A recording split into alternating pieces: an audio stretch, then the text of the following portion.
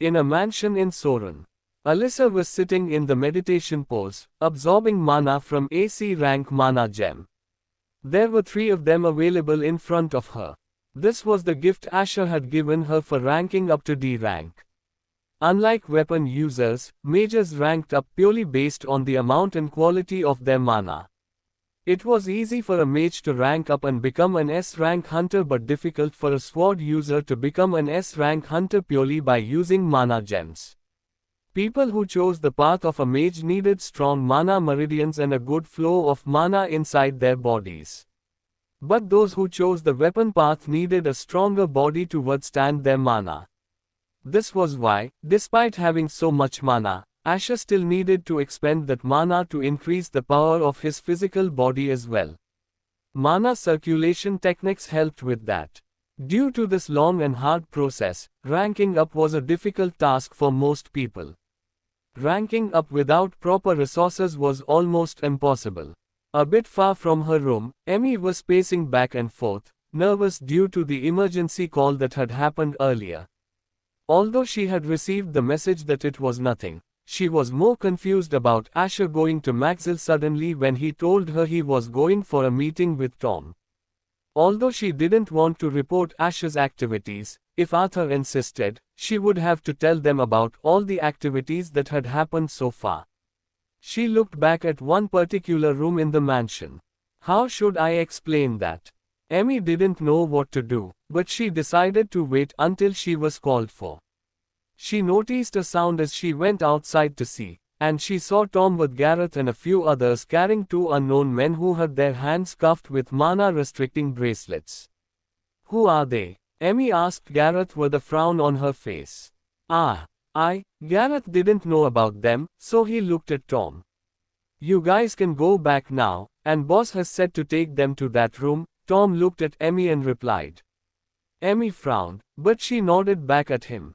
"You can go back," Emmy told Gareth, and Dane and Kai looked at all the security team leave.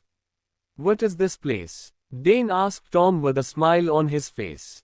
Hee. Tom just gave Dane a small laugh. "Hey, why did he laugh at me?" Dane whispered to Kai, who shook his head. They didn't know why they were sent here and what kind of room they were being sent to. Emmy walked behind their back. "We can walk ourselves," Dane was saying something when he felt a chop near his neck. He wanted to say they would go themselves, but Emmy had already made them unconscious with a single strike before he could. Better now, Emmy grabbed both of their bodies and took them to that special room. "They are the future members of the new team that boss is making," Tom said as Emmy restrained them while putting them in the special room. "And where are they from?" Emmy asked. "I can't really say, maybe you can ask boss about this," Tom replied while being polite. Emmy might look like a harmless woman, but he had searched her records in his free time, and he didn't want to annoy an A+ rank hunter who could kill him within a second. Emmy stared at him for a second before leaving the room. Asher had told Emmy not to harm Tom unless he tried to flee or do something fishy. Although Asher was sure Tom was smart enough not to do something like that, he didn't want to take any chances. Unlike Asher, none of the previous members of his organization had the same hatred as they did in his previous life. But knowing that they were among the best for the work he wanted them to do, he decided to recruit them anyway. 1 hour later, a car arrived outside the mansion, and Asher stepped out of it as he looked at Emmy, who was standing at the entrance. He walked up to the entrance.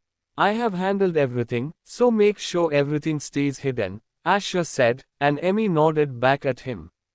He was sure Arthur and Sylvie would not pressure Emmy to speak about his activities for now. "Where are those 2 guys?" Asher asked. In that room, Emmy led Asher to Dane and Kai, who had opened their eyes and were talking with each other. Asher entered the room, and both Dane and Kai looked at him. Weird, Dane was still getting the same vibes he did earlier.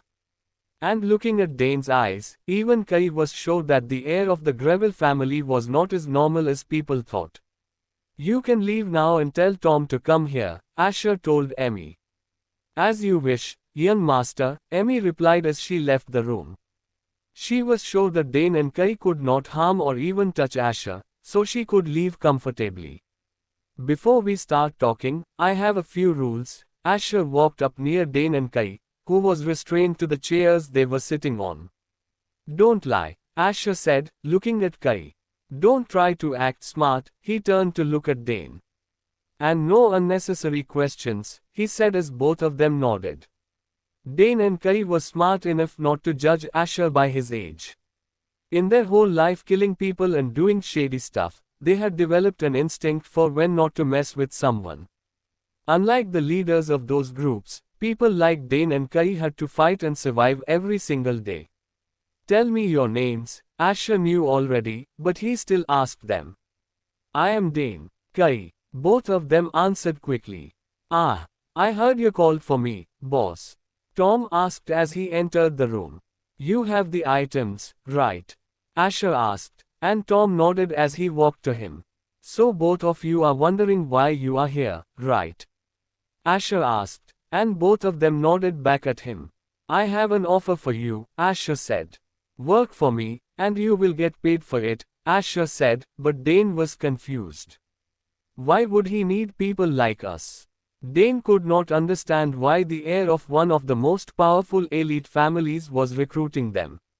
What kind of work? Kai understood what Asher was trying to say. There was only one type of work that people like them were used for.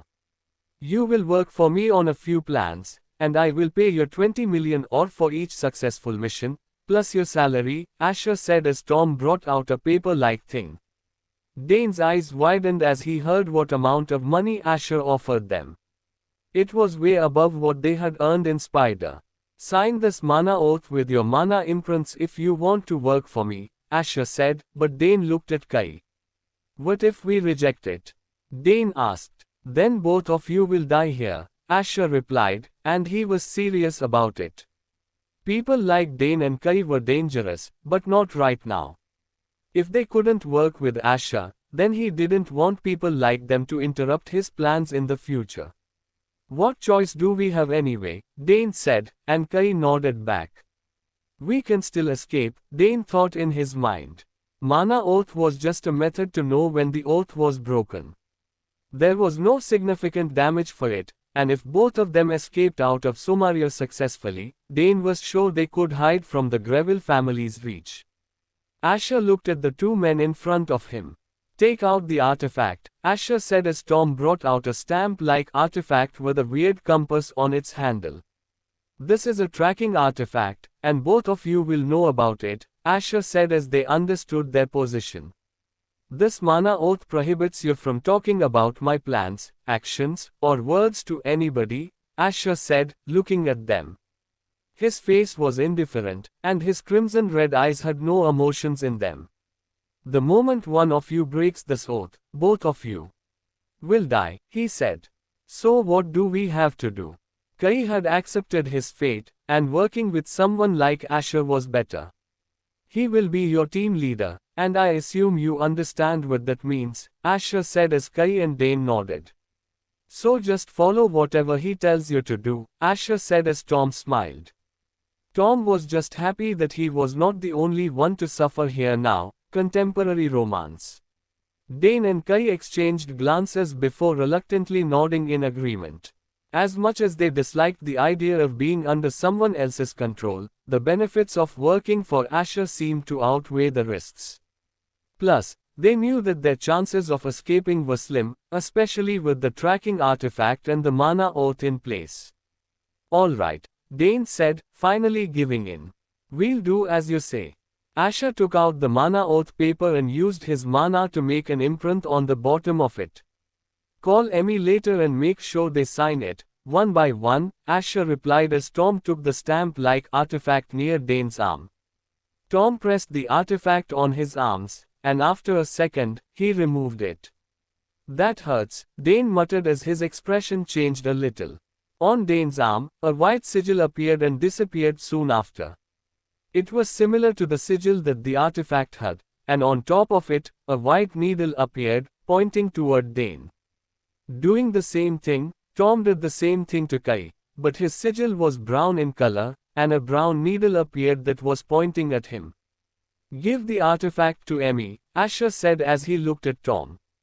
"She will give you guys the contract, and I hope you both are smart enough not to cause trouble here," Asher said, looking at Dane and Kai. "Don't worry, we will not do anything dumb," Kai replied as Dane nodded as well. "Good," Asher replied, his expression unchanged. "Tom will fill you in on the details of your first mission." Asher left the room, leaving Dane and Kai with Tom. Emmy was standing outside the room in which Alyssa was meditating. "Is she still meditating?" Asher asked, and Emmy nodded. Asher still had days left before returning to World Academy, and he wanted to properly rank up to D rank before returning. And the fact he needed to practice his sword art was a significant issue as well. "I will be training for 2 days, and if she is done, take her to the portal dome," Asher said. "Okay," Emmy replied as Asher turned and walked along the long hallway to reach another part of the mansion. A weird noise could be heard, but Asher ignored it. Asher entered the room, which was quite spacious, and he could practice his sword art properly there. "Let's start." Asher took off his shirt as he picked up his sword. He closed his eyes as he imagined an opponent in front of him.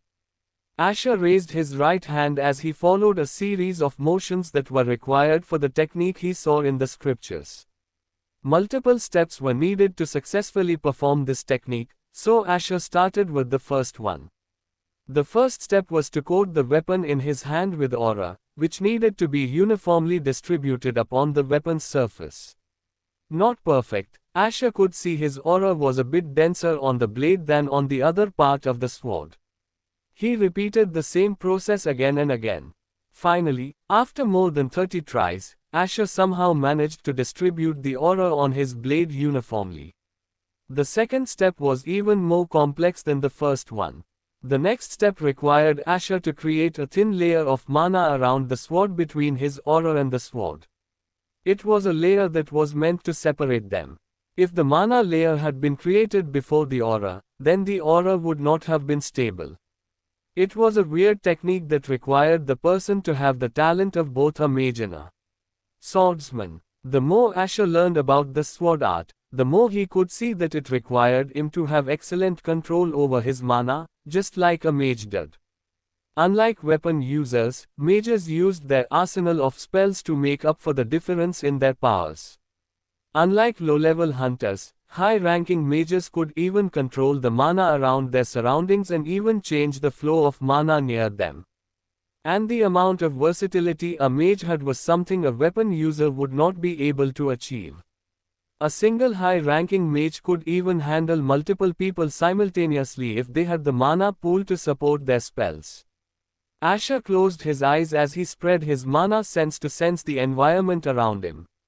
He needed to make sure that the mana coating he did was between the aura and the sword, because if he failed and a gap appeared, the mana would either spread into his surroundings or change the density around the sword. Asher started with a single place as he tried to slip his mana around his body under his aura. It was a very difficult task to do even when Asher was fully concentrating on it, and pulling this move in a fight would be even more challenging. But it was a technique that Asher wanted to master because it increased the power behind his attacks and was mainly used as a defensive technique. And this was the one thing Asher was lacking right now. Due to him losing his previous sword art, he had lost every single defensive technique he came up with. Asher tried, but the moment he tried to spread the mana across the sword, the density of his aura would change, making it a failure. I am missing something. Asher was sure he was making a mistake. He was sure that the second step was something he needed to achieve before moving to the third one, which seemed impossible for now. Asher closed his eyes as he tried to visualize the movement of his mana inside his body. He could feel that his mana meridians were fine, and there was no issue. He tried to do the second step again, but now he could see what the issue was. The amount of mana that was being released at once was greater than he imagined it to be. Due to the new mana meridians he gained when he changed his bloodline, Asher could see that his mana was being released in bursts. The bursts were small and controlled, so they looked refined to him now, but for the technique Asher wanted to learn, he needed perfect control over the release of his mana. Asher had his mana flow skill, which allowed him to control such things easily, but the amount was so small that if not for learning this new technique, Asher wouldn't have noticed this issue. Asher kept focusing on his mana for hours and hours. 3 days had passed already, and Asher and Alyssa were still meditating in their rooms. Emmy was standing outside the hallway, making sure nothing weird happened. She turned as she saw Alyssa, who was coming out of the room. Right now, she was walking fine, but her mask was still on, so Emmy didn't know about her being cured. D rank, Emmy said to herself. She was surprised that Alyssa was so talented, and her ranking speed was comparable to Asher, who was close to D rank already. Is that the reason young master recruited her? Emmy didn't know anything about Asher's view of Alyssa. She guessed that Asher had signed her as a member of his personal team he was building due to her talents. However, Emmy was reluctant to have Alyssa close to Asher, as it could ruin his image as he was the heir of the Greville family. But Emmy knew her job was to follow Asher's orders and not question them. And for Emmy, Alyssa was not someone she hated anyway. For Emmy, Alyssa was just a person she didn't care about. She could simply kill Alyssa if Asher wanted her to die. There was no reason to feel threatened, as Alyssa did not have a strong background. Do you want food? Emmy asked Alyssa, who looked at her with dull eyes. Yeah, she replied, but her voice was monotone. Her eyes had become more emotionless, and her gaze had become similar to Asher's. Emmy looked at her for a moment. Contemporary romance. The breakfast is this way, Emmy guided her, but she was being careful of every move Alyssa made. It was a strange feeling, but looking at Alyssa, Emmy felt threatened for a moment, but it was only a fleeting moment that disappeared instantly. Was I wrong? She kept looking at Alyssa but didn't sense anything from her anymore. Alyssa saw the breakfast made from the meat of monsters with a lot of mana in their bodies. Unfortunately, not every monster was edible, and some were even poisonous, so such food was very expensive and rare for other people. But Alyssa didn't have a surprised expression on her face. Being in the Ranker's dorm for months, she also had similar dishes, which helped young hunters a lot. Emmy didn't speak a word as she let Alyssa eat peacefully. After some time, finishing the breakfast helped her recover some of her energy, which was spent ranking up to D rank. She had spent a lot of energy creating another mana ring, so she needed such food to replenish her body quickly. In the practice area at the end of the hallway, sweat was dripping from Asher's head as he was breathing heavily. Training for 3 days straight was not something people his age did. His body temperature was quite high as he had used his mana circulation a lot in the short span of 3 days. And combining it with various techniques increased the strain on his mana meridians. Mastery in node art is increasing, 21% right pointing arrow 23%. Asher moved his sword upwards as the aura around his sword grew bigger. He had finally mastered the second step that was needed in the technique he was trying to master. A thin coating of mana started to envelop the sword below the aura as a shell was created. He looked at the dummy target before him, moving his sword to strike the dummy. But he didn't move his sword fully. Despite reaching halfway through, his aura had already struck the target. Host has learned Phantom Strike. Mastery in node art is increasing, 23% right pointing arrow 27%. Asher's eyes looked at the dummy, and he saw a small cut on it. The principle behind the technique was to mimic an aura attack while making a pseudo-sword using your own mana as a shell. But this was just a product of the second step. It was not a powerful attack but added versatility to Asher's attacking skills. Asher dropped the sword on the ground as he sat, wiping the sweat from his forehead. Huff, huff, huff. His breathing was out of order because this one strike took a lot of practice for him to successfully pull off. There were similar attacks like his new Phantom Strike, which used aura to create a medium-range attack, but pulling off such a thing using much less mana and at his current rank was only possible due to his unique sword art. But despite the similarity, he could feel that it was not the true potential of the skill. It's incomplete. Asher felt this technique was incomplete. Something felt off in his attack. There was no essence behind his strike like he did with Swift Strike. The fact that he could change his feints into actual attacks, but if their damage was low, it would not work against stronger beings. Is this related to that scripture? Asher thought of that one scripture that he could not see completely. But he stood up again as the defensive technique was still incomplete, and it had one more crucial step that Asher needed to do correctly.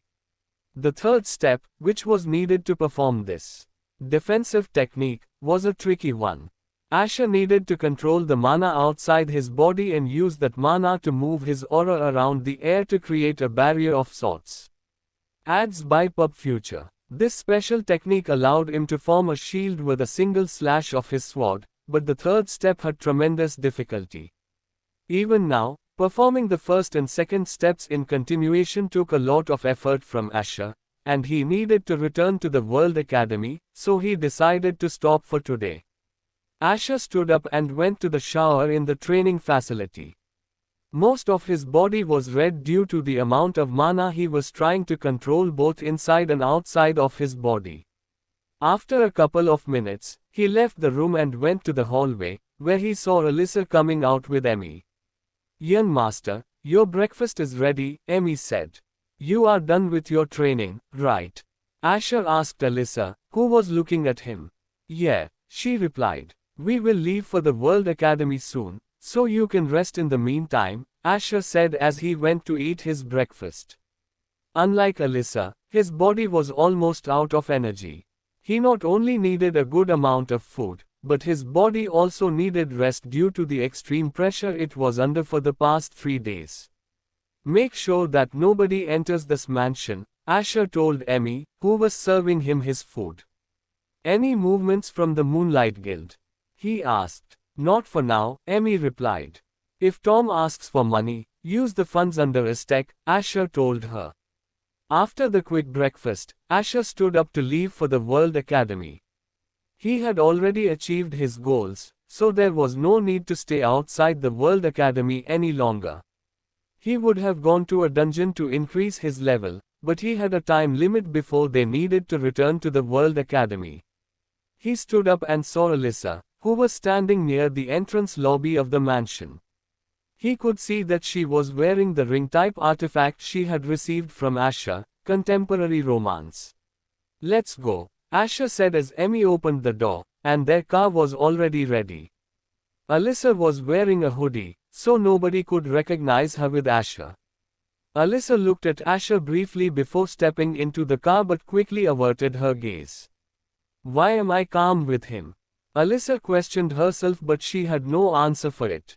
In the last 3 days, she spent forming her mana rings to reach D rank. Her nightmares had worsened. Even when she came out of the room, all she wanted to do was kill all those who had become the source of her nightmares and avenge her mother. Asher noticed Alyssa's gaze but didn't react to it. Only those two knew what was going on in their heads. In less than an hour's drive, they had reached the portal dome. Emmy checked for a second if it was safe and then opened the door of Asher's car. Asher and Alyssa exited their car and entered the portal dome to return to the World Academy. As Alyssa stepped out, her hair color was briefly revealed. Click click. A man examined the photos he had just captured from a nearby building close to the portal dome. Who is that? Although the man couldn't identify the girl, a name crossed his mind. It can't be her. He doubted that Asher Greville would associate with a girl connected to the Garcia family. This should be enough. Time to send this message, he muttered, preparing to leave the building. He had been hired by an anonymous individual to spy on Asher Greville and was provided with the schedule of when Asher left the World Academy. The payout will be huge, the man grinned, thinking about the money he could make from these photos alone. "Let's go." His words were cut short as his eyes widened in shock. Looking down, he saw a dagger piercing his chest. Slash. The man died instantly as his body slumped to the ground, and his camera got splattered with his own blood. A mist enveloped the surroundings, obscuring the corpse and the camera. Emerging from the mist, a woman picked up the camera to examine the photos stored in it. The corpse had already disappeared from the ground, and even the blood was disappearing. Only two, Emmy commented as she browsed through the images. She had already noticed the man, so killing him had been easy. Then, swiftly, she crushed the camera with her hands, destroying it completely. Idiot, Emmy said with a stern look on her face.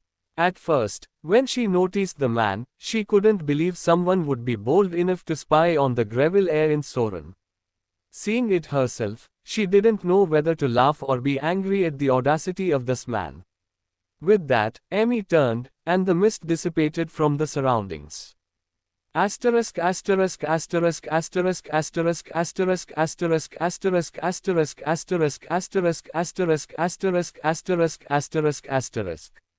Inside the portal dome. Entering the portal dome, Asher looked at Alyssa.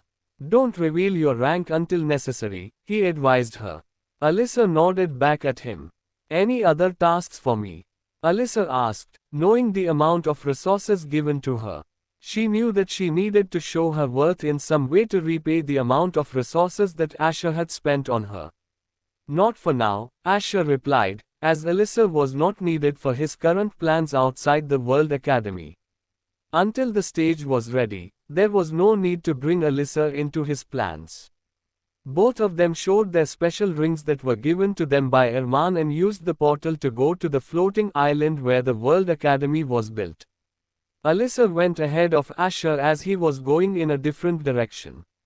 Asher saw Alyssa's back, and his eyes went cold as he looked in a specific direction. He tapped on his ID bracelet, messaging a certain person about something. It was the last day of the week and tomorrow, classes were set to be resumed with a new structure that was still being implemented. Although Asher mostly knew what they would introduce, in his previous life, it happened in the second year, not the first. It was not hard for him to guess that his involvement with Irwin's expulsion and Alyssa still being in the student council had resulted in cracks in the structure of the World Academy. Today, a particular class was called so that the first years could be informed about the changes at World Academy. Why do you think they have called us? A guy asked in his class. It's related to the new class structure, maybe. But I don't really know much about it, his friend replied. It was Class 2's classroom, and the noise of students chatting with each other could be heard outside the class. Hey, why are you making such a face? Damien asked Amelia. Why can't we leave the World Academy as well? Amelia replied with a bored expression. You wanna meet the twins? Damien asked. Yeah, all this is too boring, Amelia replied. She didn't know that Lucas and Livia would enroll next year. Arthur had only told Asher about it because he was the family's heir. He was sure that Asher would not spread the information, as he knew the consequences of such an action. Right now, many enemies of the Greville family were staying quiet because the twins were still far from reaching the age where they would join the World Academy. However, if the news that they were joining next year spread, there would be many cases where some people would try to harm them, despite the risk of dying. Many families disliked the Greville family's growth, which had significantly increased after their alliance with the Raven family. Well, the yearly vacation is too far, so you must wait just like others, Damien replied. Many students here missed their families, as they lived in an unknown place where their actions were being graded, and their future depended on how they utilized this opportunity. The situation was fine for people like Damien and Amelia, as nobody messed with them due to their status. However, it was different for others who came from an ordinary background. Silence. A man with formal clothing entered the class with a stern look on his face. The class went silent as they saw the man walk into the classroom. It was Professor Terence, who was in charge of Class 2, which included Amelia, Damien, and Licia Halcyon. Class 2 was one of the most powerful classes after Class 1, as they had 3 rankers and tied with Class 4, where Kevin, Elena, and Eva were in. This is not an official class, all the first years are called so that we can inform them of the new changes that will happen in World Academy's academic structure starting this year, Professor Terence said as he looked around the class. We have changed mandatory subjects, and from now on, students can decide whatever class they want to enroll in, he said, surprising the class. But each subject will be given a difficulty rating on a scale of 10. And depending on whether the student has chosen easy or hard subjects, their grading will differ, Terence said as he saw a few confused faces around the class. In Class 4, at the same time, Professor, wasn't the previous structure better? A guy raised his hand and asked Professor Dahlia, who was in charge of Class 4. Well, it was something we weren't going to implement. But after thorough discussion, we thought it was necessary, Professor Dahlia replied. And the reason for it was the scores of a certain student we received in the theory test this time, she said as the list of theory marks was revealed behind her. Some students just looked away, as they didn't want to see their marks, but Eva looked at the top scorers as she saw herself at rank 2. And the reason behind the decision should be pretty apparent if you look at rank 1, Dahlia said as they all looked at a particular name. 100 in all subjects. A girl said out loud, but everyone in the class had similar reactions. But apart from Eva, who couldn't believe that Asher had scored full marks in every single subject. She knew that Asher had scored rank 1 in all 3 tests, but she didn't know that in the theory test, he had scored full marks in every single subject. This structure will allow students to remove easier subjects and choose higher difficulty ones to get better grades, Dahlia explained. In our history, there was only one student before Asher Greville who had managed to score a similar score like this, she said, making everyone curious about who the student was. This structure was in discussion ever since that time, but we finally implemented it with many new things, Dahlia said. Kevin just ignored the part, as he was sick of hearing about Asher's talent. Everyone was talking about Asher Greville, and he was tired of hearing his name. He had never experienced this feeling of not being noticed by others, as he was praised as a prodigy since his awakening. In Class 1, a similar discussion was happening. And it was Sylvie Greville who was the one that scored a perfect score in theory, Elsa said with a smile while talking about her friend. Everyone looked at Asher and thought it made sense that a son of a genius would also be a genius. But Asher didn't care about this much. Even in his previous life, he had scored rank 1 with a perfect score in theory, but it was not the reason for them changing the grading structure. It was due to Asher achieving rank 1 in all 3 tests that they implemented this new structure 1 year earlier so people like Eva and other students who focused on theory more could overtake Asher. This change only focused on people who were more focused on theory, so they could choose those subjects and increase their ranks. It was a structure that would be implemented next year anyway, but considering Asher's actions since his first day at World Academy, they thought they needed to implement it now. Well, even now, you can choose more subjects, but keep in count what difficulty they fall in, Elsa said. If you choose high difficulty subjects, that may affect your time that could have gone into training, and it will ultimately affect your rankings, Elsa advised, contemporary romance. Well, that's only a minor change, Elsa said. There will be special classes in the future for the respective subjects you choose, and it will be discussed by the professor that teaches those subjects. Her words made the students guess what the special classes could be. And the most important thing is the formation of your teams, she said. There will be 2 teams that you will be able to form. First, teams from your own class, which will have at least 3 students and at most 5, Elsa explained. All of the competitions that will happen with other classes will involve this team, she said. But as we are intent on increasing your dungeon experience and monster hunting skills as well, you will need to form a hunting team, which will consist of at least 6 people and at most 10, Elsa said, and this was the standard size of parties that were formed in guilds all over the world. You will be able to form your hunting teams, but we are still discussing whether to allow you all to form teams with students from other classes, so we will inform you about it soon, Elsa said as many students got excited. Forming teams with other classes meant they could form teams with some of their friends. Each class had different number of students that specialize in one thing. This was why the faculty council was discussing whether they should allow formation of teams of students with other classes. And dual class will become a permanent subject because it is deeply associated with the rankings, Elsa explained. That's all we can tell you now, but there are a few more changes, and you will learn about them soon enough, Elsa said.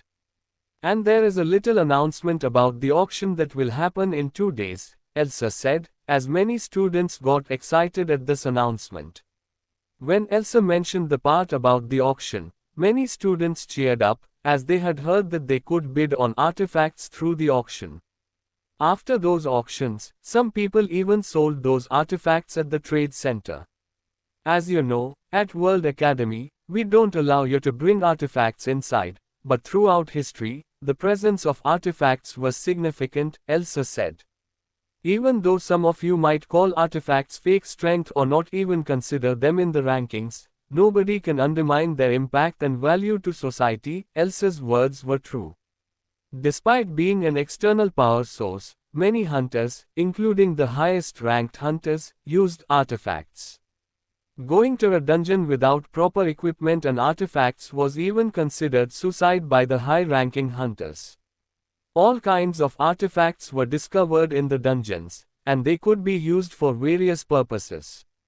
There are 3 kinds of artifacts that are present in the auction, Elsa raised 3 fingers as she spoke.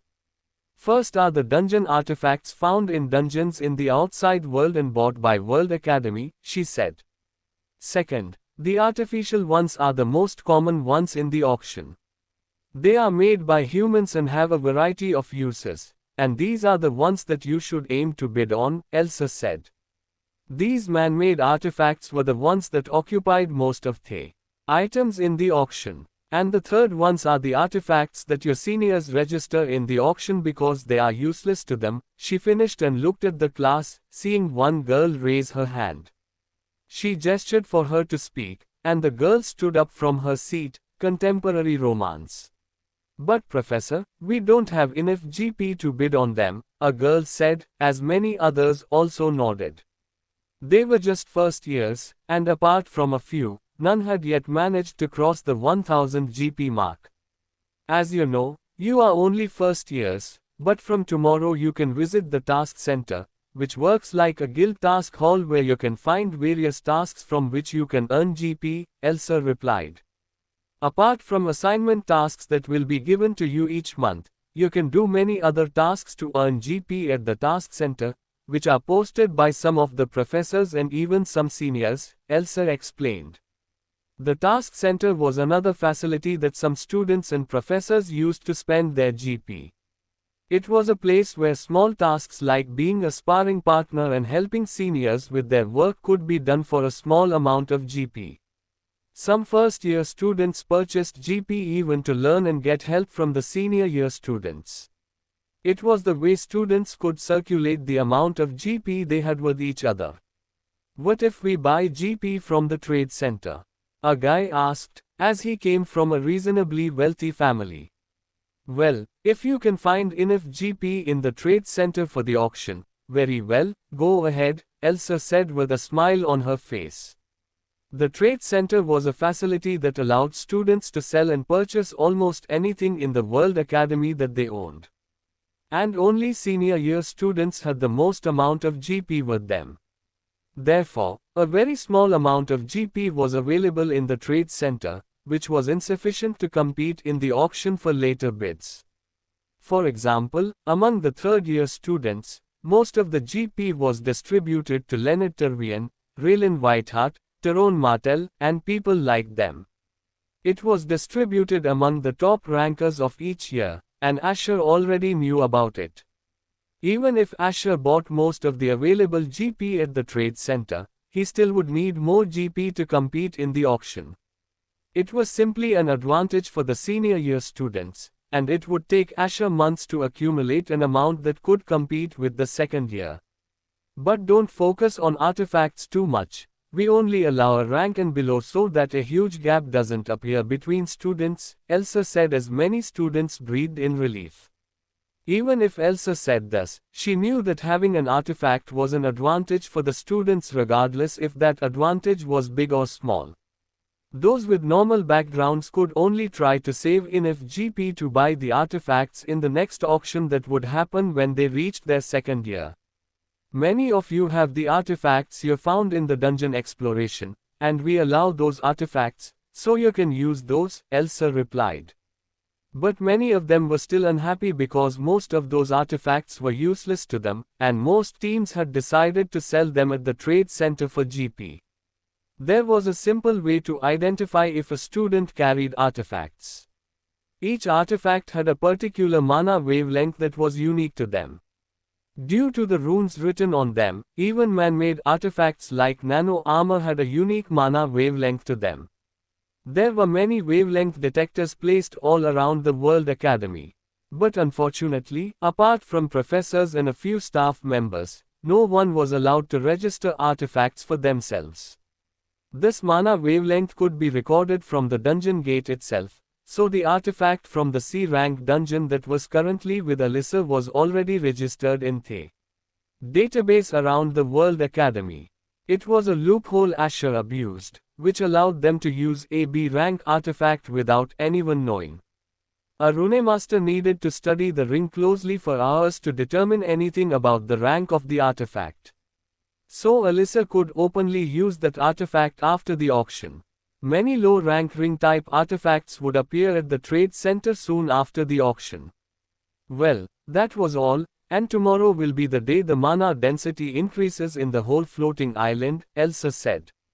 You will be given a choice to choose the subjects, so take the whole day, as the classes will start after the auction, Elsa said as she wrapped up the class.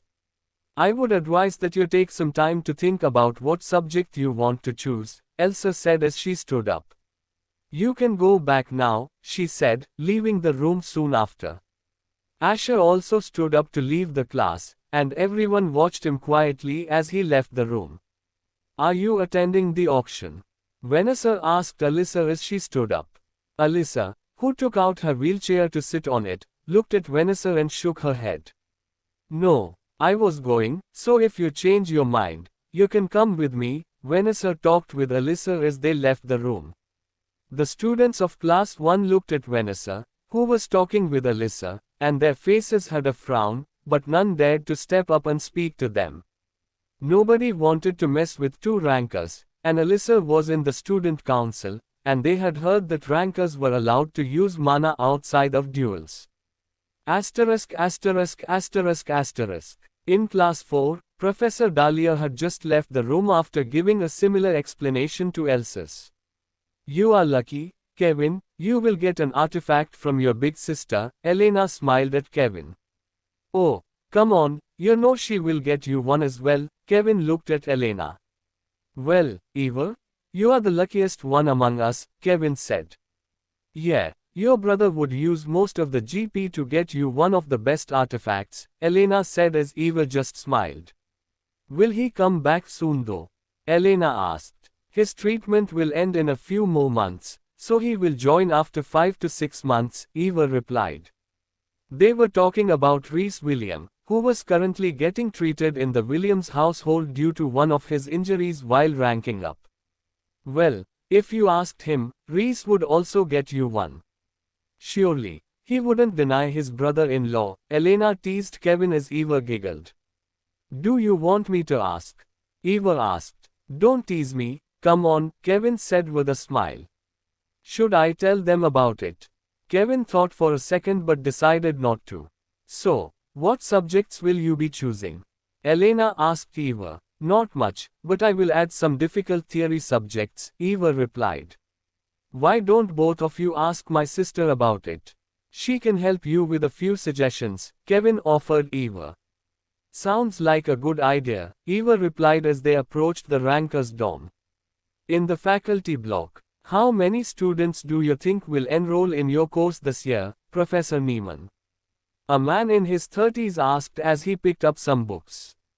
They changed the grading system a bit, but I don't think it will make any difference, Neiman said.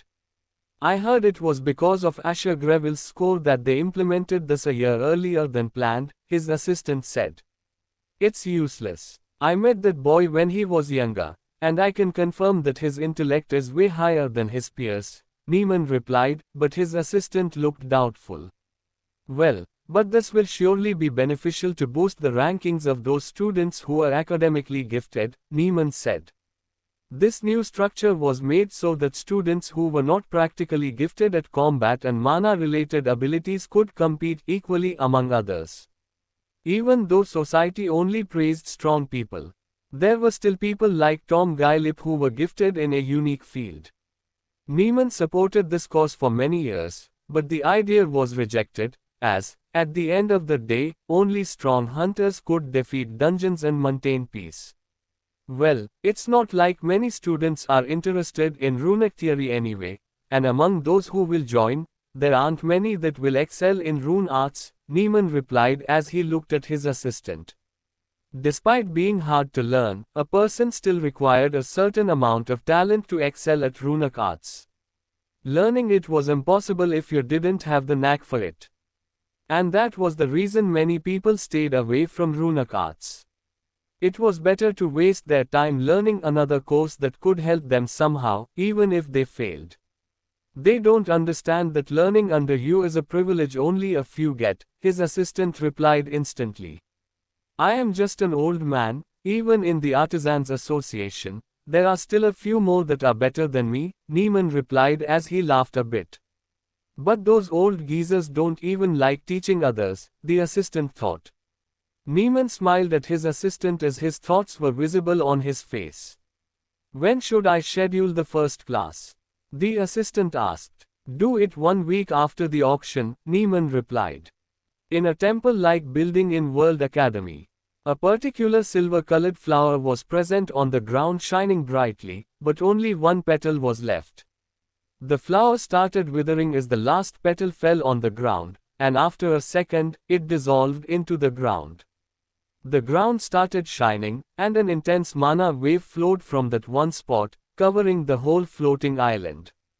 In Ranker's dorm, Asher had just completed his training as he came out and sat on his sofa. He touched his ID bracelet, and the course selection screen popped up in front of him. Asher knew what subject he would choose already, so he didn't need to waste time like others. He touched 5 subjects on the hologram, and they got added under his name. Duel was the permanent subject, so he needed to choose at least 5 subjects. His first 2 choices were obvious. As his main elements, he chose Space and Black Element classes.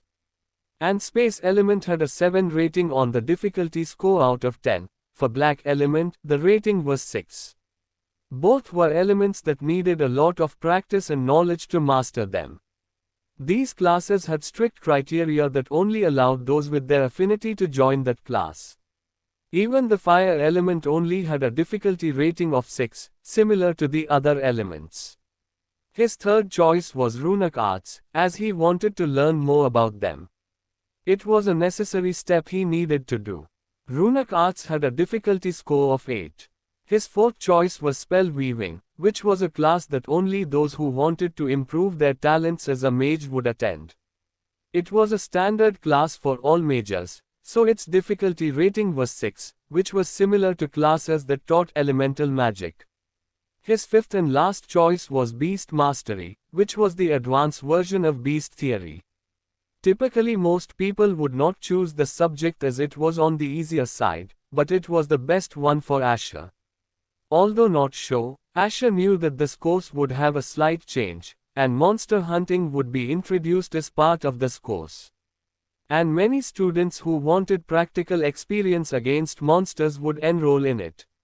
It was done immediately in his previous life, but he was sure they would change this course to a more practical one in a month or 2. He confirmed his selection as he didn't need more than 6 subjects. As he was about to be done with the selection, Asher felt a huge mana wave going past him. Is it done? Asher looked in a particular direction. Host is experiencing an artifact's effects. Identifying the changes. Mana density around the environment has increased by 20%.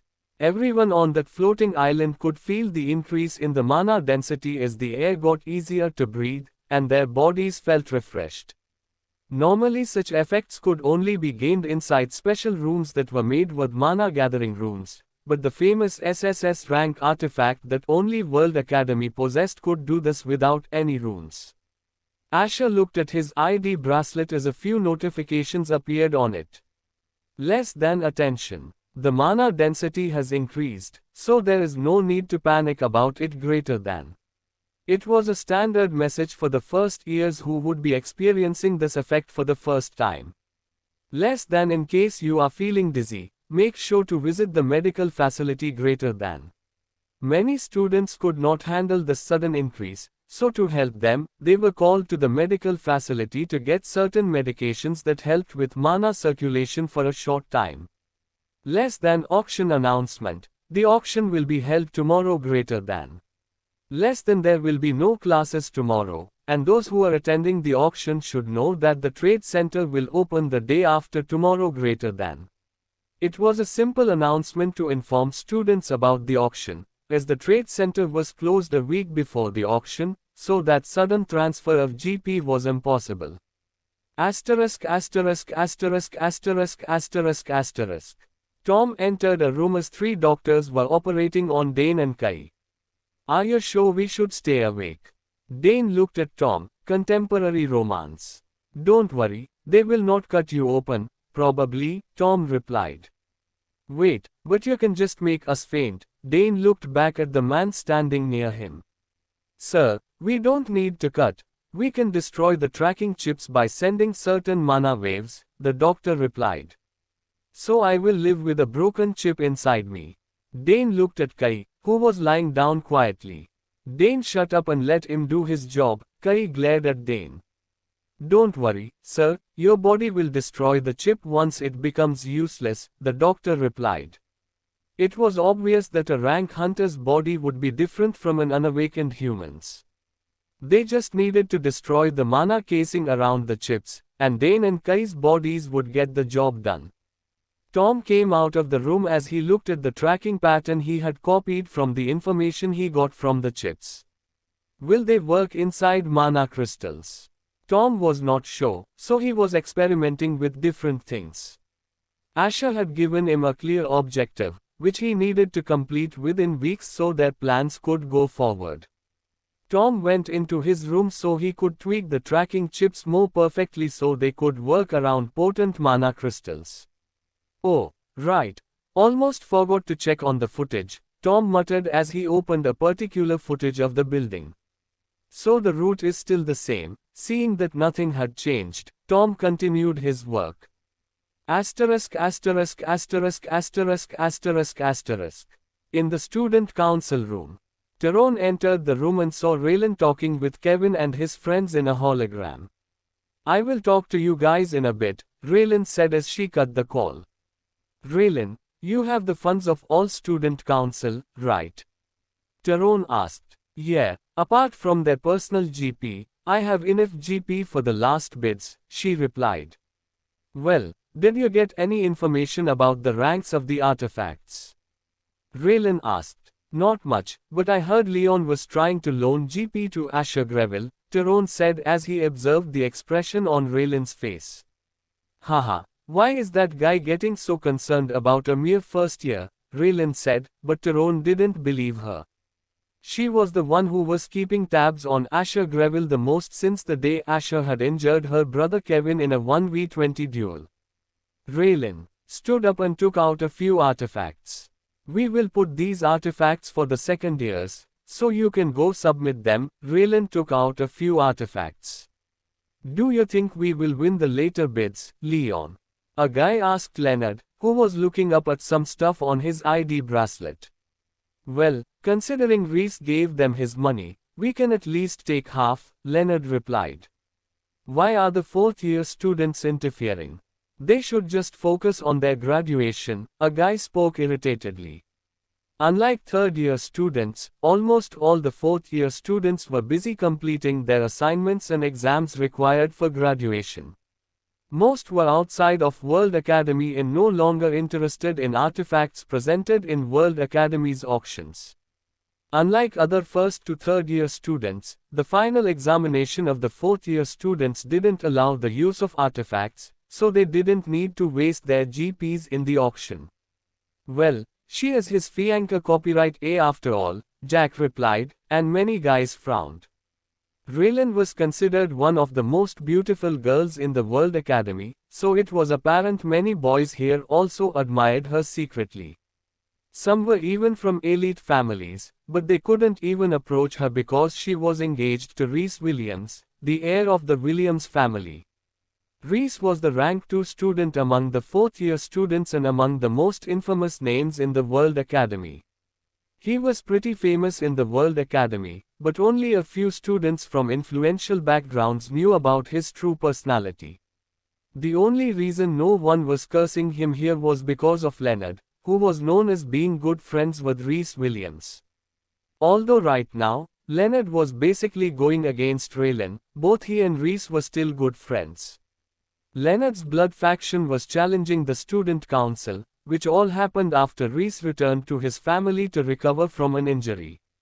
This confused many others outside the blood faction, thinking Leonard and Rhys were no longer friendly with each other. However, only top members of the blood faction knew that Leonard was still in contact with Rhys. Don't worry, he hasn't given all his GPs to Raylan, Leonard said with a smirk on his face. He knows the limit, so we will have a fair chance, Leonard assured them, but their faces were still doubtful. Considering the amount we spent in the last auction, we are currently low too, a guy spoke, and he was the rank 1 student in the second year. Come on, you are the richest here after Leon anyway, Jack said as they all started laughing. What about Asher Greville, though? A guy raised a question. Well, he will not have enough funds anyway, so we can just ignore him, one of the members replied. I heard that Eric Herod from the duel committee is his underling, Jack said. The news about Eric Herod being Asher's servant was already out, and they all knew about it. And all of them ignored him because a person like Eric wouldn't be able to stand against them himself. Most of their peers were avoiding him because of Asher now, as harming him was the same as saying they didn't respect the Greville family. It was well known that everyone who served Greville came from families that lived on their estate. You don't have to worry about him, a guy sitting beside Leonard replied. Ads by Pub Future. What makes you so sure? Jack asked. A smile crept on his face as he stared at Jack. Come on, you know we keep tabs on the flow of GP, he said with a smile. Jack looked at that guy, remembered what kind of person he was, and chose to ignore it.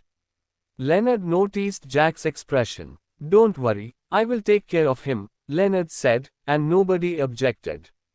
Only a few people could stand against the Greville family without backing out, and Leonard Turvian was one of them. Although he would never directly go against them, he had no need to step back either. Seeing that Leonard was taking on the task himself, nobody stopped him. Although they all gathered here as allies, none trusted each other. If Leonard wanted to mess with and create trouble for the Greville family, they would just sit and watch. Each of them came from an influential family, and stuff like this mattered more to them. Leonard knew about it and took this chance to show them that he could deal with Asher. The meeting ended soon, as all of them went their way, and Leonard was left alone as he looked at some information. No response, huh? He looked at the fact that there was still yet to be a response from the information agency he had hired to keep tabs on Asher when he left the World Academy. This is getting annoying. Leonard looked at the recent list of expulsions that happened. Most professors were working with him to provide information about students, but now most were expelled. So only a few were left, and their positions were not high enough to give him reliable information.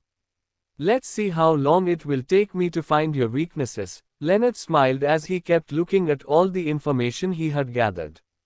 From the day he saw Asher's duel against 20 students, he had deemed him too dangerous to be left alone, but unlike him, many others didn't share the same view as him. Asterisk asterisk asterisk asterisk asterisk asterisk asterisk asterisk asterisk asterisk. In Ranker's dorm. Why don't we go shopping? Amelia asked Damien over a phone call. But you have your dress ready already, don't you?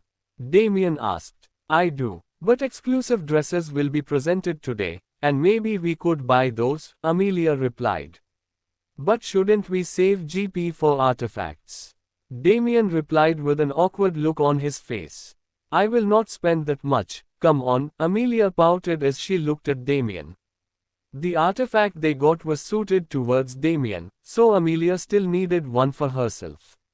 So Damien gave his majority of GP to Amelia for her to buy an artifact for herself and kept the one they found for himself. Are you sure? Damien asked again. Yeah, meet me downstairs, Amelia said as she cut off the call. Sigh, I should have told her it's not a good idea, Damien muttered after the call was disconnected. Damien had always said yes to whatever Amelia wanted, as he didn't want her to look sad all the time in the past, but now it had become a habit for him. Damien picked up his jacket and went downstairs to the lobby, which was currently empty as most rankers were training. He waited for a few minutes, but as he was waiting, he saw someone enter the lobby and turned to see Asher, who was coming inside the rankers' dorm. Seeing him, Damien decided to go talk with him. Did you go somewhere? Damien asked. Yeah, Asher replied as he looked at Damien. I am waiting for Amelia. We were going shopping.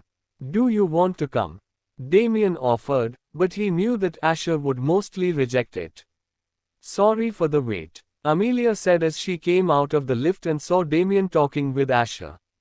She walked near Damien, and from her eyes, Damien could see she wanted to ask why Asher was there. You are going shopping? Asher asked, looking at Amelia. Yeah, but we are not spending too much there. I just wanted to look around and see some stuff, Amelia replied. Asher looked at her with an indifferent look but didn't stop her. Do whatever you want, Asher said as he walked past them. Amelia kept looking as she saw Asher enter the lift. She didn't think that Asher would easily allow her to spend GP like this just before the auction. See, he is not that bad of a person, Damien said, but Amelia just turned her head. Let's go now, Amelia said. On the 10th floor, Asher walked into his room and went into the training room. He had just finished his preparation for the auction, and he was ready for it. Going inside, he was about to start training when he received a notification from Emmy. Less than young master, these men were looking for trails and trying to follow you greater than.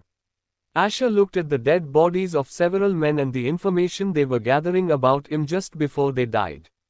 So you started moving, Leon, Asher muttered as intense bloodlust came out from his body, and his eyes turned cold. He had predicted that Leonard would try something like this soon, so he was not too surprised that he had started already. Asher closed his eyes as his bloodlust disappeared. Contemporary romance. The night of the auction had arrived, and many students could be seen dressed up to attend the auction. It was one of the most significant events in World Academy, and apart from the fourth-year students, the rest of the students would attend the auction. Many students still didn't go to the auction, and most of them were from the second and third years. They knew that going to the auction unless you were going to buy something was a waste of time. Some of the artifacts would even appear at the trade center after the auction, so there was no reason for them to attend and watch those with GP buy all the artifacts. In front of the ranker's dorm, Kevin, dressed in a white suit, was going to the auction with Elena and Eva. Elena wore a soft shade of pastel blue dress that complemented her blonde hair, and Eva wore a soft yellow dress. You two look beautiful today, Kevin complimented Elena and Eva. Both were wearing high-class jewelry they had bought from the outer sector of the World Academy. Thanks, both of them replied, but Elena had a blush on her face. Let's go find Ria. She is waiting for us. Elena quickly changed the topic. They quickly moved towards the special teleportation gate that was opened for students to arrive at the venue so that huge crowds didn't form. There she is. Elena spotted Ria standing there. Is that Alan Astaria? Kevin spotted Alan, who was standing near Ria. Is he with you? Elena asked Ria. Ah, yeah, Ria replied with an awkward look on her face. Alan had asked her countless times if she wanted to go with him, but she ignored it the best she could. But seeing him still trying, she couldn't help but accept his invitation once. Alan was also from an elite family, and Ria was from a branch family of the Rothschild family. She didn't want to create problems for the future, so she decided to give Alan this one last chance, so he would stop bothering her. So she invited him to join with his friends, with a little plan in her mind, contemporary romance. Alan, who was too happy that he succeeded once, forgot that Kevin would be present in her group of friends. And seeing him, Alan didn't feel too comfortable. After Asher, Kevin was considered the most handsome first-year student, and now that he was wearing a suit, his attractiveness had increased a lot. Even now, some girls kept turning to stare at him a few times. Alan was an attractive young man, but he became a bit paler in comparison to Kevin. Hi, Alan greeted them with a smile on his face. He had recovered his confidence quite a bit, so his demeanor was similar to that of Alan, that participated in the representative tournament. Kevin also greeted him, but it was in formality. He wasn't a bit interested in Alan, even though he was the heir of the Astaria family. Ria signaled Elena, who nodded back at her. Kevin, we should not make your sister wait any longer, Elena said. Ads by Pub Future. Oh, yeah, my bad, Kevin replied. Wait, you guys are sitting with the student council president? Alan asked as he was familiar with Raylan Whithart. Yeah, Kevin replied. Is there any problem? Ria asked, but internally she was smirking. Nothing. I think you should go ahead, Alan said. I was invited to sit with someone else, so going there will create issues, Alan said, looking at Ria, but he was regretting his choice. Oh, don't worry, we don't mind it, Kevin said as they turned. Damn it, Alan cursed, but he had no other choice as he had joined the faction that was openly against the student council. Kevin and his group were walking towards the nearest teleportation gate for the auction house, and they saw Sam Alistair, who was standing there with Matthew and Vanessa. The three of them were waiting for the teleportation gate to open. Why are you guys standing here? Ria asked, looking at Sam. Sam turned and saw all of them, and a tired look appeared on his face. We are waiting for the rank 1, Matthew replied. What? Kevin said as he didn't know anything about this. Oh, this portal is near Ranker's dorm, and we don't open it until the rank 1 arrives here, the staff member replied. Initially, it was just Matthew and Sam, but Vanessa also arrived after them. She also learned that this teleportation gate only opened after Asher arrived. She didn't like it, but it was better than going all the way to the other teleportation gates where all the students were entering from. Kevin was about to say something, but he stopped. Many such conditions made people feel the difference in ranks, and it was intended to do so. Farnas wanted to ignite competition among the students so they would try to overtake the person ranked above them. There he is, Matthew said as all of them turned. Asher walked towards them, wearing a black suit that complemented his black hair. Even Vanessa looked at Asher with wide eyes. His attractiveness was no joke. It was rare to see Asher in a suit dressed up, as he mostly wore casual clothes. But even with a cold attitude, his charm affected others nevertheless. Damien was walking on his right-hand side. He was wearing a royal blue suit. And to Asher's left was Amelia, who was wearing a black dress and ruby-colored gems she had bought yesterday for her dress. She looked beautiful, and even Kevin was staring at her, but he quickly collected himself as he saw the indifferent face of Asher, who was not even looking at him. Damien looked at them with curiosity, but both Amelia and Asher ignored their existence. Amelia would have greeted them normally, but after their little fight in the VIP dorms months ago, she was not on good terms with them. Asher walked past them as he looked at the staff member, and his crimson-red eyes stared at him. "You may walk in now," the staff member replied with a smile as he turned on the teleportation gate. Asher stepped into the teleportation gate, and Damien and Amelia did the same behind him, leaving all of them behind. Kevin was silent the whole time as he stared at Asher's back, disappearing into the portal. "Let's go as well," Sam told Matthew as both of them stepped in as well. Vanessa also stepped in after Sam and Matthew. "Let's go, guys. If we get late, your sister will get angry," Elena said as she brought up the mood, and Kevin smiled at her as they stepped in. Asterisk asterisk asterisk asterisk. Asher stepped inside as he saw many staff members waiting for them. One of the staff members stepped forward. They were in the auctions VIP section reserved for the rankers. "The special room for rank 1 student is ready," the staff member told Asher. "Are both of them with you?" He asked Asher to confirm that Damien and Amelia were with him. "Yeah," Asher replied as the staff nodded. "Let me guide you," the staff member said as he took them to a particular room. Inside the auction, there were special rooms given to some students. Like the student council and blood faction and rankers, all had their rooms. And there were similar special VIP rooms for rank 1 students of all years, and they could invite their friends inside those rooms.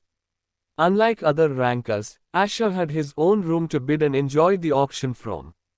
They walked briefly as the staff member opened a particular door, revealing the lavish room. "Everything you want will be served here," he told them. "Looks good," Damien said as he looked around. Asher walked up and sat on the middle sofa, and Amelia and Damien sat on the remaining couches. In front of them was a big glass window, and they could see a big stage and giant screens that were present for thousands of students sitting in the vast stadium-like building. A bit far from them, Alan entered a room and saw Leonard Turvian sitting in the middle with many famous names around him. "Oh, you are Alan Astaria, right?" Leonard turned as he stood up. Leonard walked up and shook Alan's hand. Seeing that a man like Leonard was greeting him personally elated Alan, who was regretting his choice but now didn't feel that bad for coming here. "Yeah, it is better to stay with people that respect," Alan convinced himself, but he didn't realize it was all a mask that Leonard presented to all people he could use. The door opened again as another individual entered the room. Alan turned and saw Gavin Neville, who was entering the room. "Yo, Gavin?" Many people present there greeted Gavin, who smiled and walked up to Leonard. "Welcome, Gavin Neville. I am glad you came here," Leonard said. "He is also in this faction." Alan didn't know about it, so he was a bit surprised. "Yeah," Gavin replied with a smile, which made him look like an innocent boy. "You two are in the same class, right? So I expect you to get along." Leonard shook Gavin's hand. "Is Jack not here?" Gavin asked. "He is a bit late," a guy sitting on the couch replied. Alan saw that the reception Gavin received was much better than his. He clenched his fist behind his back, controlling his expression, but it was easy to spot for Leonard. "You both can sit there," Leonard said as he walked back to his seat, and both Gavin and Neville sat on their seats. "Right now, all of our members are not present here, so you can meet them after this auction," Leonard said as he sipped the drink. Most of the top members of the blood faction that were present in their previous meeting were absent. "Are they participating separately?" Gavin asked. "Leon doesn't restrict our freedom like the student council does. We are allowed to spend our money as we want." A third year praised Leonard as he looked at Gavin. Leonard didn't reply to those comments, as he was used to people complimenting him all the time that he had become numb to these small praises. "When will the auction start?"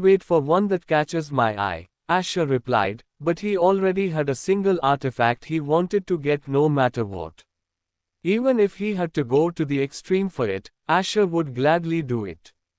It was a single thing that he had carried throughout his previous life from his first year at World Academy. Even when he regressed in his moments of death, it was there with him. It was something he was going to get from this auction no matter what. What about you, Amelia? Damien asked. Maybe something that boosts my mana gathering or some sort of defensive artifact, Amelia replied. That will be hard to get, Damien said. These types of artifacts were the choices of all mages, and for an augmenter like Amelia, it was a significant boost to her abilities. Get a combat one instead, Asher suggested. Ah, but why would I need a combat one? Amelia was confused. Yeah, she is an augmenter, so a defensive artifact would make more sense, Damien asked. Asher looked at them as they were still young and hadn't reached the realm of above S rank yet. They didn't know about this like Asher did. You wouldn't be able to buy any B rank artifact that will actually help you, and even the C rank ones, Asher said. He went silent as Amelia started thinking for a bit. She had yet to consider the mana gathering artifacts and defensive ones becoming useless as she and others would rank up. But part of her still didn't want a combat type artifact. Asher didn't comment any further because he didn't need to do it. It was just a way of ensuring that history would not repeat itself. He looked at Damien, and a question arose in his mind. Let's keep him out of it, Asher said to himself. He was sure that Damien was the type of person that would not follow Asher in what he was going to do. I don't need them anyway, Asher thought. And Asher was right that he didn't need Damien and Amelia to support him in any way. The people he needed were already working on the first mission, which would be where Asher was sure he could level quite quickly. He was waiting for all the classes to happen so he could take a leave from World Academy for a week allowed per month. So he just needed to attend each class once, and he could take a week off, which was the privilege he got being the rank 1. He looked straight at the VIP room in front of them. It was the Blood Faction VIP room, but it was too far away for them to see each other. I wonder what you will do, Asher thought, staring in that particular direction. Asterisk asterisk asterisk asterisk asterisk. In the Student Council special room. This room was way bigger than others, and it had unique gold engravings that made it pop up more than other rooms from the outside perspective. Tyrone was sitting on one of the sofas, and most committee heads, excluding Eric, were also sitting there. Apart from them, only a few regular members were present in the room. Most of them sat in the rankers room or with their friends. World Academy had 3 committees: dual, disciplinary, and management. Apart from them, all the other work was scattered under these 3 committees. Right now, both the head of the disciplinary committee and management committee were present there.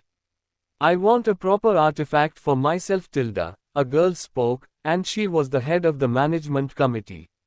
Why don't you give me a present? She turned towards the guy on her left, who was the disciplinary head. Buy with your own GP, he replied with a serious look on his face. You are always so strict, she said with a frown on her face. Okay, stop, Zua, Raylan said before she went and started another fight. You are the cheapest guy the first have ever met, she muttered to herself, making the guy a bit angry. Raylan, your brother was coming here, right? Tyrone asked, making the white-haired beauty turn her head. He will come soon, Raylan replied. After a few minutes, the door opened, and Raylan stood up as she saw Kevin entering with Elena, Eva, and Rhea Adler. Everyone in the room turned their head as they saw a handsome young man with white hair. Now, how is my lovely little brother? Raylan smiled as she finally met Kevin. Raylan stood up and hugged Kevin, who hugged her back. She ruffled his hair a bit. And who do we have here? Raylan looked past Kevin and saw Elena, Eva, and Rhea. Long time no see, Elena said as she hugged Raylan. Well, it's been a long time since we met in person, Raylan joked. Raylan turned and hugged Eva and Rhea, as she knew them because they were Kevin's friends. The rest of the people in the room looked at them as Kevin walked towards the sofa. He saw Tyrone, who was bigger than him, sitting on one of the sofas. Hello, I am Kevin Whiteheart, Kevin said as he looked at them all. I am Tyrone Martell, Vice President of the Student Council. Tyrone shook his hand, and the rest of them nodded as well. They greeted each other as Zua, who was the management head, got busy talking to the girls. Okay, calm down. The auction is about to start. Raylan sat in her seat in the middle as they all took a seat. They looked at the center of the stage, where a man appeared. The lights dimmed as all of them concentrated on the man standing in the middle. Welcome to the first auction of this year, the man announced as the clapping sounds reverberated in the stadium. I am Gazel, your auctioneer for today, Gazel said. You might remember me from the representative tournament, and I am here to announce the items for today, he said with a wide smile on his face. The excitement grew bigger in the auction as many were ready to finally see the artifacts. First of all, inside your ID bracelet, we have installed the function to bid on the auctions, Gazel instructed as many touched their ID bracelets. You will find the function to bid, and nobody can bid more than the amount they have in their account currently, Gazel said. It ensured fake bids were not made, and people could not add their GP at the last moment to buy something. I hope everyone knows the rules for the auction, Gazel said. There is a function installed in all the VIP rooms, and those who wish to buy one single item may contact each other through hologram calls and discuss with each other, he spoke. This auction is divided into two sections. First are the artificial artifacts, and the second one is the real deal, he explained. So let's start the night, Gazel said as the crowd cheered loudly. Ads by Pub Future. The security was decent, and they didn't need much security either. The auction was happening inside World Academy, which was completely safe. Only a few security teams and staff were managing everything. Almost all the professors were either busy preparing for their classes or trying to fill the gap that the recent expulsion of many professors had led to. We will first start with the batch of 500 A-rank swords, and the highest 500 bids among all the bids will be taken, Gazel said as a few first years got excited. Remember, all artificial artifacts are of the highest quality, so they might even be better than some artifacts. He mentioned, we will bid for 15 seconds, and at the end, those in the top 500 will win, Gazel said. Now let's start with the bidding, he said as his voice could be heard all over the stadium. In rank 1 Asher's VIP room.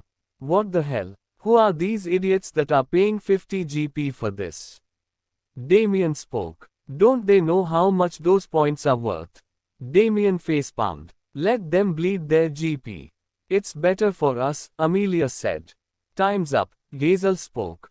Damien looked at the prices of the last person among the top 500 who had paid 31 GP for these swords. Idiots. He couldn't help but say that people who bought those swords at such high prices either had too much GP or were simply dumb. We will send these swords to your dorm room after this auction, Gazel announced. Now for the next item, we have 500 A-rank spears. Gazel started putting more weapons. As more and more weapons came up, the prices dropped a lot from the first item, so the price right now was quite reasonable. And we come to the D-rank weapons, Gazel said as the first years got serious. Most of them wanted D-rank weapons, as the second years would take C-rank weapons. Asher was not concerned with this, as he didn't need them anyway. None of the VIP rooms had bid on a single item, and they were not interested in them either way. Therefore, the auction was the cheapest way to buy these weapons, as they were 4 times the price outside of this auction. The unspoken rule of World Academy was that those in VIP rooms would not bid on these weapons so that not so rich students could also afford these weapons without spending all their GPs. But some students outside of VIP rooms still had enough money to buy GP but still bought weapons from the auction. As there was a rule that a person could bid on one weapon, they could not entirely hoard them. Gazel kept selling as the weapons came up to B ranks, and this was the point where the VIP rooms were ready to bid. Each B rank weapon cost around 10,000 GP, so many were looking to get at least one for cheap. We have 500 B rank swords, Gazel announced, and the bidding went wild. They were moving quickly, and the highest bid was already at 4,900 GP. And time's up, Gazel said as Damien looked at the 500th position, and that person bid a total of 4,400 GP. You didn't buy one? Damien asked Asher. Nope, Asher said, as he wasn't interested in these weapons. Even in case he wanted to, he wouldn't come to the auction just for that. Contemporary romance. Gazel finished the A-rank weapons as well, and it concluded the first part of the auction, which had artificial artifacts. Now, on to the main event. We will start from A-rank artifacts, Gazel said. We have 100 A-rank artifacts, and all their lists and possible usages are given in your ID bracelet, Gazel said. Starting from D-rank artifacts, we will start manual bids instead of the current ones, so make sure you use this chance to have random A-rank artifacts, Gazel said. And as he said, the artifacts given were random. Even today, rune masters had difficulty identifying the artifact. Even if they did, they couldn't tell a detailed description like the system did. This was why nobody realized the actual use of the A-rank artifact Alyssa was using. But unfortunately, some artifacts were like that, and even the rune masters failed to identify them correctly. I will bid 400 GP on this, Damien said as he clicked on his ID bracelet. Asher was not interested, so he didn't do anything and kept to himself. The real show hadn't even started yet. The bid ended in 15 seconds, as Damien saw he got a weird artifact since he was in the top 30 bidders. The description says this will produce an A-level water spell, Damien said with a disappointed look on his face. I will put this on the trade center, Damien said as he looked at the stage. Now it is time we put out manual bids, and for this, you can enter your bid, and it will appear on the screen here, Gazel said, looking at the VIP rooms. If you want to make an alliance, you can contact other VIP rooms with the device present in your room, Gazel said as many people approached the stage. Apart from the rankers and student council, the rest of the students will be called by the 3-digit number next to their name, Gazel informed them. It was done to create a bidding war between those sitting in VIP rooms. Asher's eyes were focused on the stage as he looked at the various artifacts present there. They were holding big plates covered with a cloth, and the items were underneath them. For the first D-rank artifact, we have a shield, Gazel said as a medium-sized shield was revealed. It decreases the damage of D-rank and below attacks by 1/3 of the original attack, Gazel said. Do you want me to buy you this shield? Amelia offered Damien, who was looking at the shield with wide eyes. Ah, not really. I already have one, so use it on yours, Damien denied Amelia's offer. As much as he wanted to buy that shield, he was sure he could also get decent ones from the trade center. First bid is from Asher Greville with 500 GP, Gazel announced, and Damien turned towards Asher, who was touching the hologram that came out from his ID bracelet.